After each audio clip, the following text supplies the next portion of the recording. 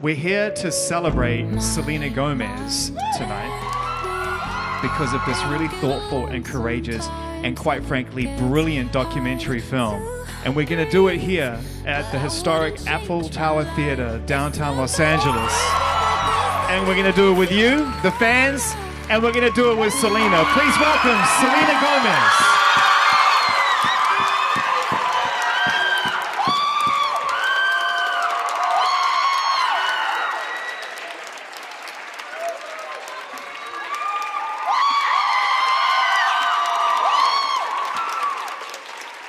Thanks, guys. Yeah. Love you.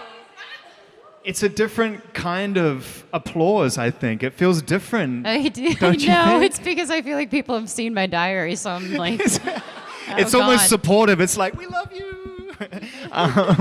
It's great to see you. This is cool. What a great location for us to be able to hang out and Thank talk. you guys for being here. Yeah. This is so great. It's beautiful. I love you. I wanted to start by just simply asking the most obvious human question we should always start any conversation with, which is, how are you? I don't know, actually. It's been weird.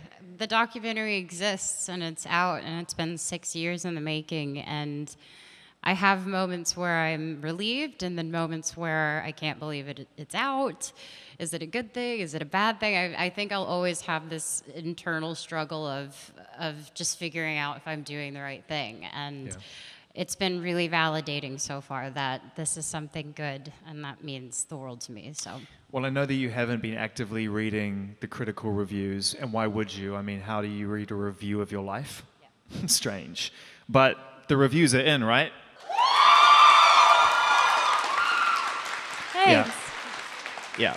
And rightfully so. This film is just brilliant, and we're gonna get into it. But I sort of made you a promise a week ago when we spoke that we'd try and have fun. Yeah. Because I think that there's probably a desire from people who've seen the documentary to ask a lot of questions about what you went through, and I can imagine that's the reason you made the documentary. Right. To not have to answer those questions over and over again. Essentially, yeah. Essentially, yeah. But it does lead me to the question, which is, why did you make this documentary from your perspective? I think originally I thought I was going to make a traditional tour documentary about my music and about the revival tour. And as I recognized my mental state at that time, I look back at that girl and I don't even recognize her anymore. It broke my heart to see myself talking about my body and how it needed to look a certain way, and I just felt really bad. And I had to cancel that tour.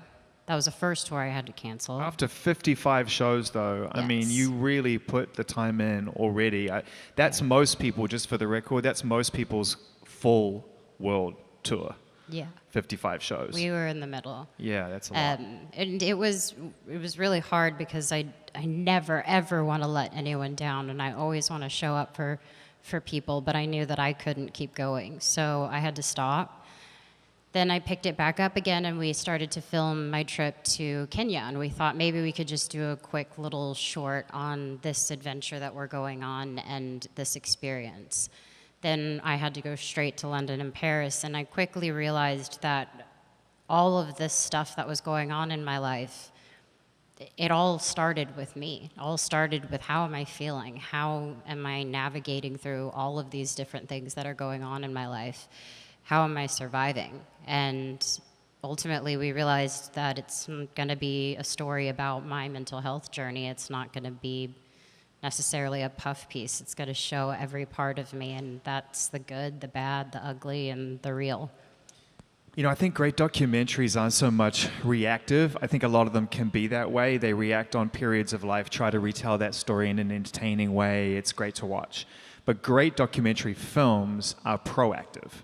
And when I watch them, I feel like the subject is actually learning about themselves and going on a journey and the documentary is guiding that process almost more than you are guiding the documentary. Did it feel that way, that without the doc, you may not have actually have pushed forward in the way that you did?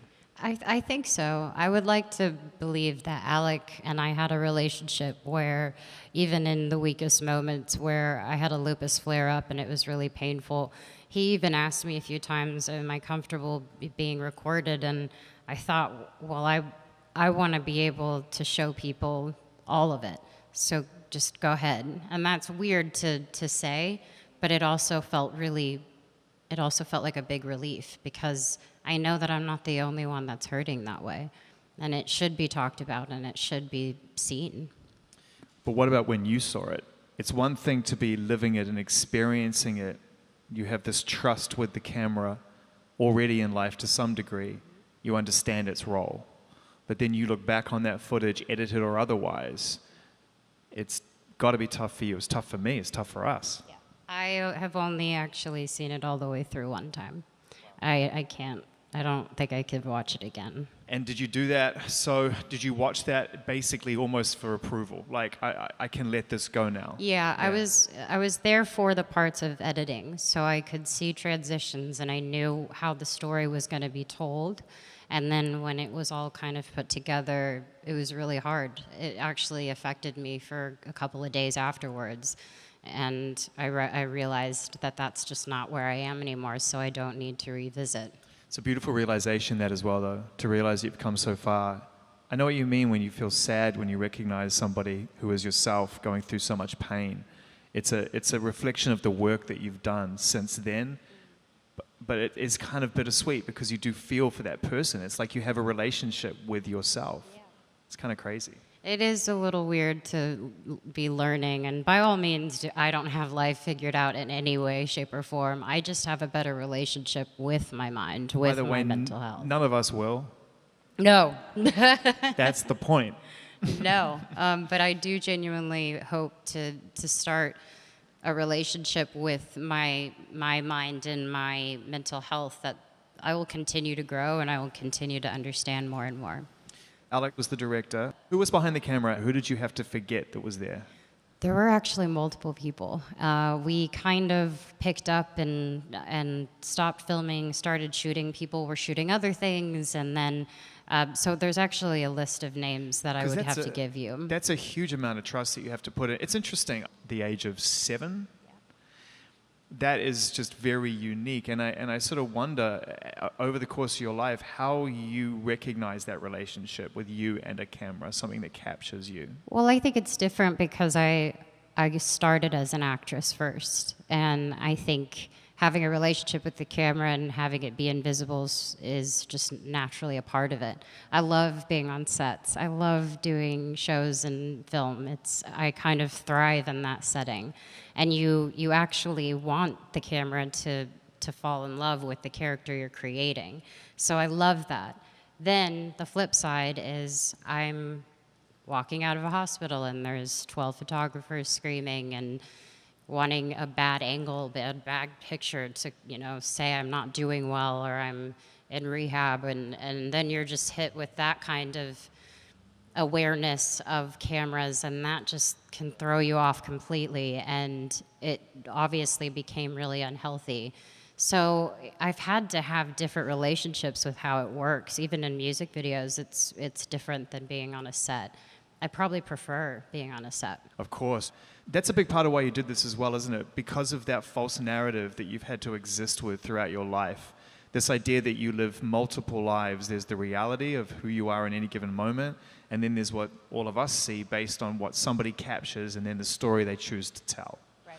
I mean, that is not reality. That's not your narrative. This film is. Yeah. Was that a motivation for doing this in order for people to see it once and for all? A part of it. Somebody asked me yesterday, they said, well, do you think you have now shared so much that people are going to want more? And then I kind of sat there and I was like, what's more? That's loaded. I was like, wow. I think I've said it all. I'm like, what else can I say That's possibly tough. At this point in time? Yeah, this that's is a where setup. I am. You don't. Nope. No, but I totally appreciated that question. It's the ending of this movie is me right here. It's me now. Yeah.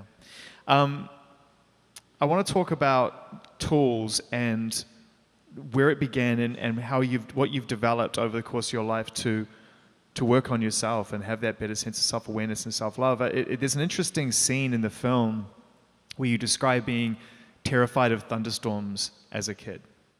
When I first got out, I didn't know how I'd cope with my diagnosis. What if it happened again? What if the next time I didn't come back? I needed to keep learning about it. I needed to take it day by day. When I was a kid, I was terrified of thunderstorms. I grew up in Texas, and I was so scared that lightning and thunder would mean a tornado was coming. But my mom gave me these books for kids that explained storms and lightning and thunder, and basically said the more you learn about it, the less you're gonna be afraid of it. And it really helped.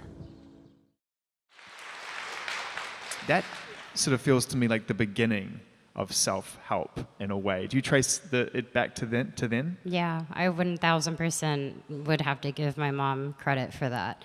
I felt scared of so many things in life, and I think it's because I grew up anxious. I felt like I needed to perform and I needed to be the best I possibly could be, and my mom was always that person that allowed me to be exactly who I wanted to be and didn't judge me for any of it and loved me through it, and also would give me the information and the tools to grow. Instead of instilling more fear in me, she continued to educate me on the things that I was terrified of, and she would give me that strength.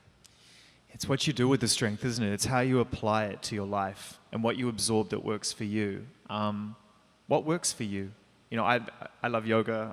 Like there's certain things I know that if I don't do them... I'm not good at yoga, that's for damn sure.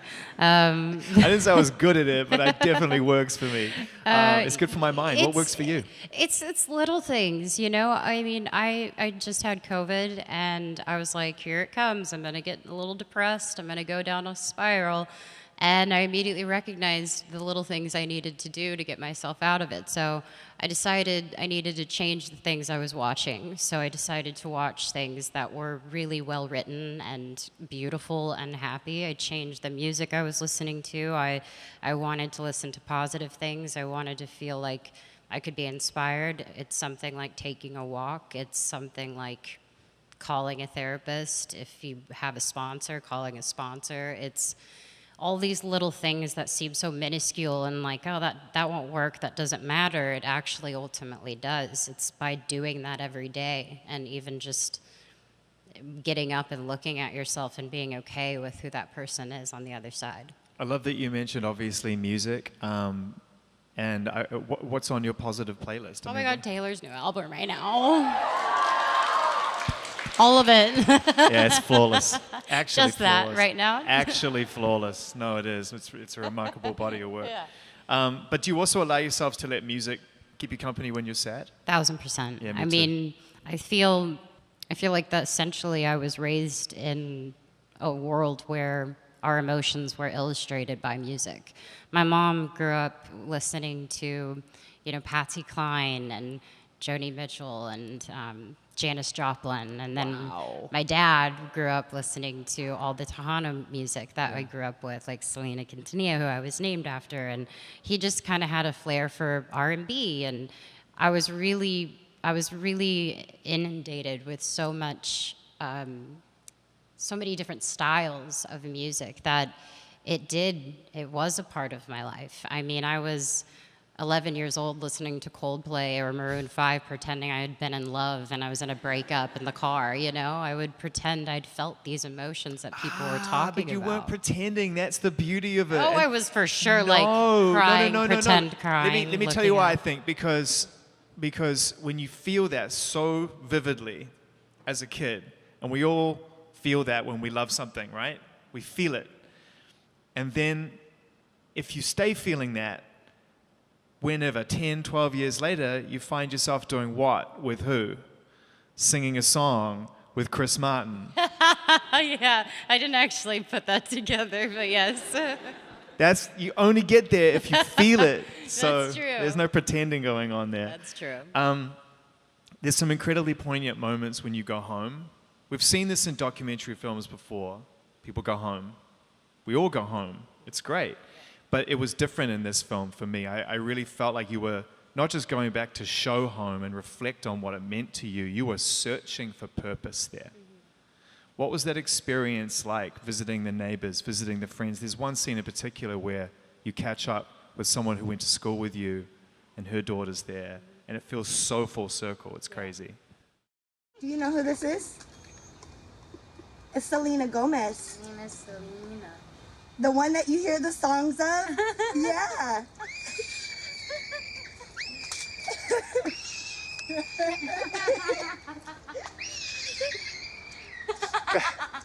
She's my dramatic one. Well, that was me. Aw.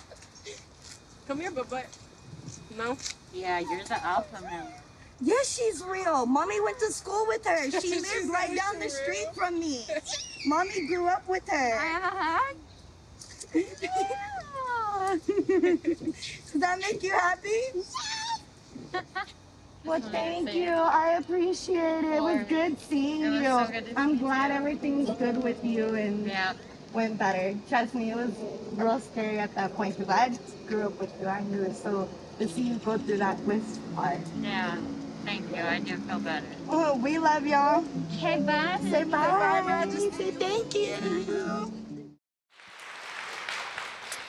Well, every time I go home, I usually drive by my old neighborhood just because it feels so good. It kind of reminds me. So every time I'm home, I actually love going to visit people.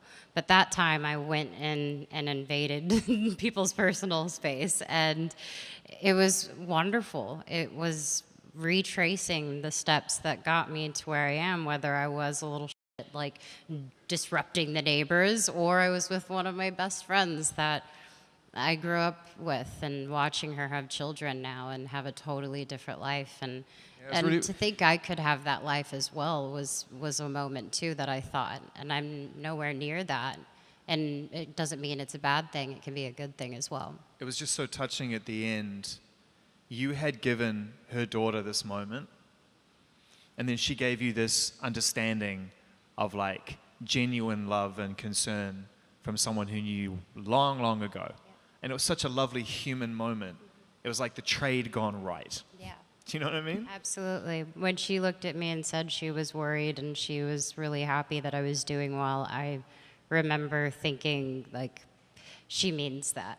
Because I know she knows who I am. And it doesn't matter that I've become whatever. I'm still Selena. You know, throughout this whole thing, we see this kind of strive for a different purpose. You found purpose as a young child, and it was successful. But success isn't purpose. It's a byproduct of work and commitment and connection. Purpose is something different. When, during the making of the documentary, aka your life, did you realize that you were getting somewhere toward a new purpose in life? This idea of going beyond fame and beyond attention and reaching for something more substantial than that. Perhaps it's when I was having breakdowns, when I couldn't hide them, when whether the camera was there or not, I couldn't get out of my own head.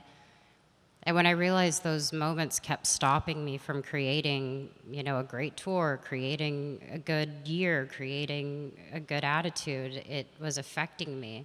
And I knew that we were capturing these moments, and then I went to Kenya and I figured out, like, wait a minute, is this reality? This is real? This is what people are walking through. It's so much bigger than what we are worried about sometimes. And I think there were multiple moments. There wasn't just one where I thought this is going to be bigger than just me. Yeah, I mean, it begins a really fascinating journey in life when you realize that you want to go and alter your purpose, and there's people around you, and it could be just family and friends who don't understand what that means. There's a scene in the documentary where it's a part of an interview, just part of a promo cycle. And to be fair, those happen all the time. Yeah. Like 10 interviews a day, knock it out, get it done, it's content. But you're ready to announce this, even in a small way. Like, I want to do something bigger, and it just doesn't land. And it's like, wow, this is going to be a longer journey. I just looked at your face and I thought, you realize in that moment, this is not just a quote. I was so annoyed. You're not going to get away with this with a quote. It's going to have to require a lot of time, right? Exactly. This is where we celebrate Selena for a different reason. For the work that you've been doing and really going out there and walking the walk, The Rare Impact Fund Wondermind, these mean something to you now, just like your art did and your fans do. Can you talk about how fulfilling it's been working in this space?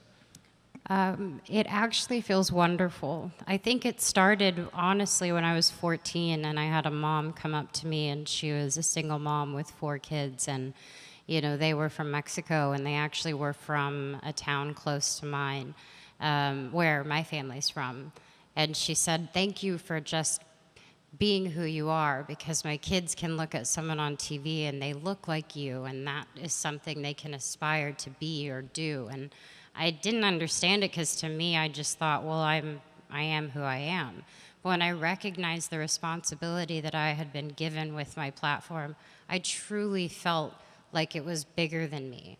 Most of the time when I would go through dark moments, I would get back up like over and over and over again because of people like you. It was hard for me to get myself up for me, but I knew if I didn't and I stayed swallowed in a pit of pain, I would be letting all of you down, and I couldn't live with that. I could not do that. And then I had to learn how to do it for myself. And that means I had to let people down and say, okay, I can't tour anymore. I can't release music right now. I'm physically just not able to. And now I can have a good balance of being the best version of myself for me, which also means I can be the best version for other people. Yeah, exactly. And now it's not doing it for anyone else. It's helping others do for themselves. Hopefully. You know, that's what I'm taking from the next chapter of your life at the end of this film. You know, it ends with you going to the White House. It ends with you making a commitment to this conversation. When we met for the first time, I realized now, looking at the timeline of the documentary, that you were really in it. Like, you were in it. Yeah. And I could see that, I think. I felt that. And I think that's reflected, and you can see it that's reflected in the kind of conversation we had. Yeah. But both of us landed on a subject that we're both passionate about, which is increasing awareness around mental health and the need for self-awareness, self-help. Yeah. We're seeing changes, and you've been instrumental in helping make those changes happen. I want to give you a round of applause for that. Thank you so much. I appreciate it. Thank you. So you've started to do the groundwork. How's your experience been there, and where are we going? Is it going in the right direction? Do you feel like it's working? Are we helping? I want to say yes, because I'm going to always be hopeful. I think making those moments happen for yourself are really important. I don't mind being the person that is a voice for mental health, because it's my life and it's a part of who I am. And I want people to start becoming more and more comfortable with that conversation. And I want it to stop being this label that terrifies people, or people don't believe in it, or think that it's not a real thing. If I would have released this documentary before the pandemic, maybe people would have thought I was crazy. I had people who watched the documentary and said, had it come out before, I don't think I could have related to certain things. So it was really interesting to hear people reacting to this movie and actually saying, oh, I didn't know I had that, but I did struggle with that as well. What kind of, how has it affected your relationship with your art?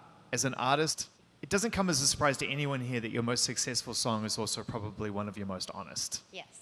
And I think that that's a genuine reflection of truth being expressed through art. So now that you are really in a place where you understand your truth better than ever and have courage to share it, we're waiting for that album of your career. I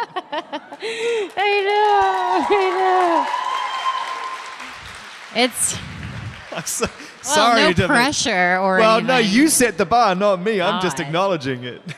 No, it's been, if I'm being completely honest, which I have been, it's been really difficult.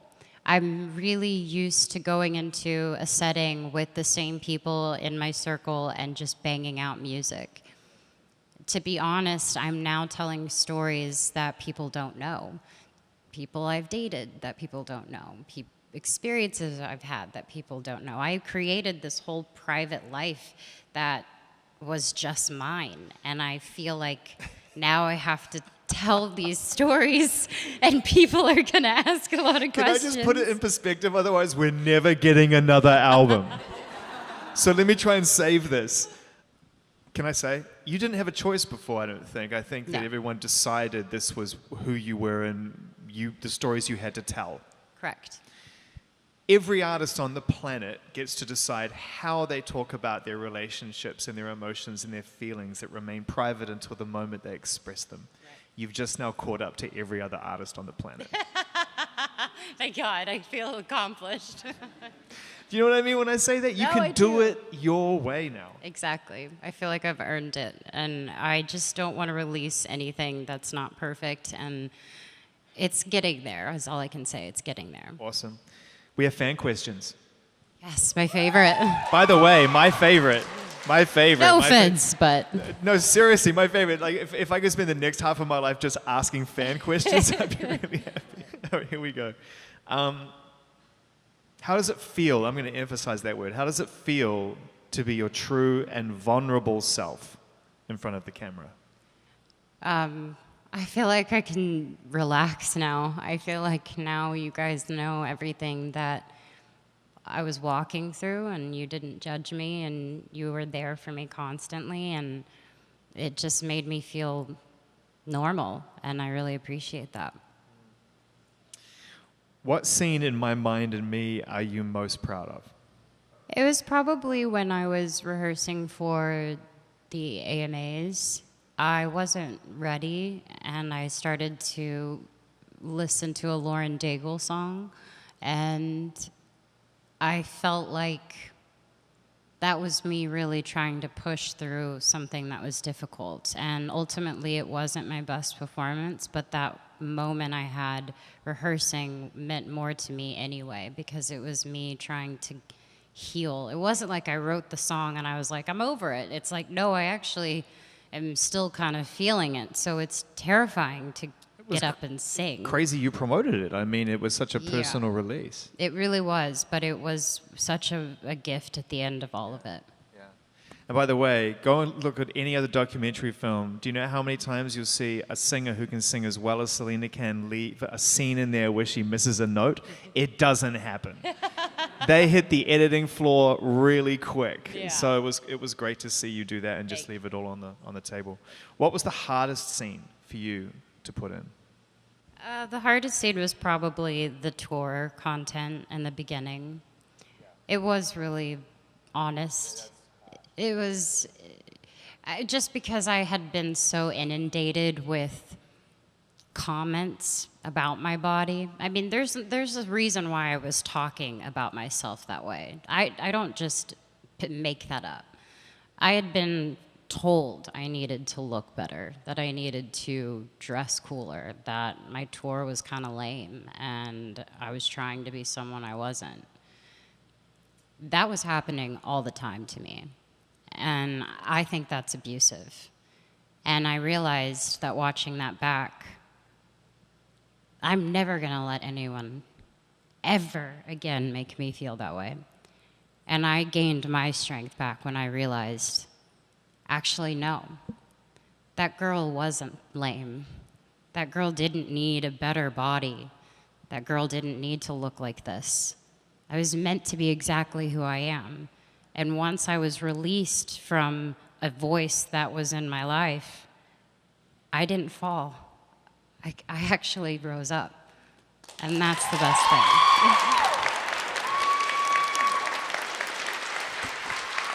Thank you. I know there was a longer edit. Yeah. There was a longer edit for sure. That's not even insider talk. Every film has a longer edit. Yeah, for sure. Was there anything that you really wish, looking back on it now, that you had been able to get in there, or you wanted to get in there, or that maybe you may show another time, or just a scene that you really wish had gone in the dark? Probably more content with my fans. I think because the pandemic happened, I canceled my tour. The meet and greets were my only connection to people. Me being here is such a high because I've missed this more than anything. I've missed connecting. Like, I can't wait to meet all of you and hug you and Yeah, It's I was just- gonna ask, not to make too fine a point of it, but is this sort of the first time in a long time you've had this experience? Basically.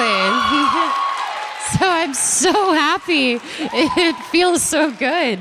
How does it feel to know you're changing our lives? And I love that somebody wrote that question and included everybody. And making us feel seen when it comes to mental health. And this question ends with, I love you. Oh, well, I love you. I love all of you.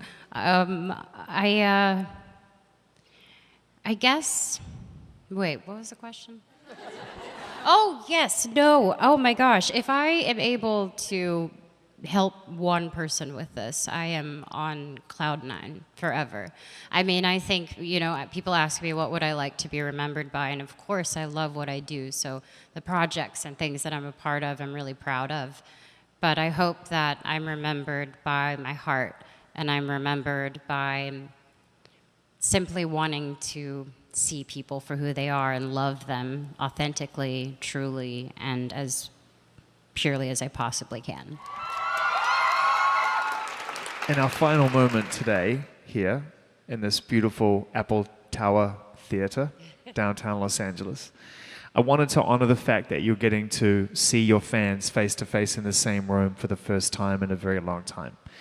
We all came out of a really crazy few years where this just wouldn't have been possible, and what you've been going through personally made it extra specially further away. Yeah. So I just wanted to give you a chance to just talk to your fans directly and just say something to them while they're here, and we can end like that. Okay. Well, here's my thing. I'm going to end up talking all of your ear off when I meet you because I like that. But truly, I think me releasing this was one of the most terrifying things I've done. But I am so grateful that people like you are able to watch it, and hopefully, even if it's a friend that you know is walking through something, that you're able to be a voice for them.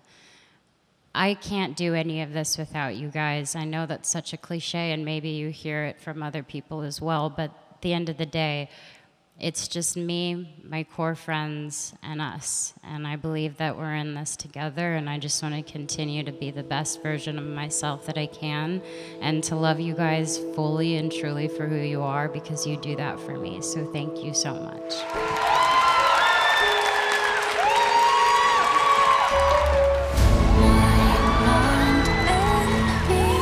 Watch the film now with your Apple TV Plus subscription on whatever device you stream on your Apple TV, MacBook, smart TVs, game consoles, PlayStation and Xbox, connected devices, Roku or Amazon Fire. Just look for the Apple TV app. And if you don't have it, go to the App Store on your device and download it.